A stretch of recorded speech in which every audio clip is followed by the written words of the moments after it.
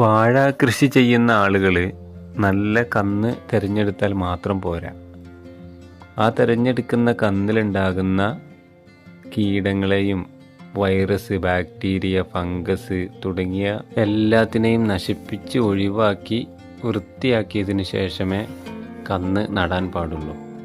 അല്ലെങ്കിൽ കന്ന് നട്ട് 2-3 മാസം ആയി വാഴ നല്ല ഉഷാറാകുന്ന സമയത്ത് ഈ കീടങ്ങൾ ആക്രമണം തുടങ്ങുകയും പെറ്റുപെരുകുകയും വാഴ നശിച്ചു പോവുകയും ചെയ്യും. അതിന് വാഴക്കന്ന് ഇതുപോലെ ചെത്തി വൃത്തിയാക്കി നല്ല കീടനാശിനിയിൽ മുക്കി മാത്രം നടാൻ ശ്രമിക്കുക. ഇതിൻ്റെ വ്യക്തവും വിശദവുമായ വീഡിയോ നമ്മുടെ ചാനലിലുണ്ട്. ഇതിൻ്റെ താഴെ അതിൻ്റെ ലിങ്ക് കൊടുത്തിട്ടുണ്ട്. അവിടെ ക്ലിക്ക് ചെയ്ത് എല്ലാവരും അതൊന്ന് കയറി കണ്ട് മനസ്സിലാക്കുക, സപ്പോർട്ട് ചെയ്യുക. Okay, thanks.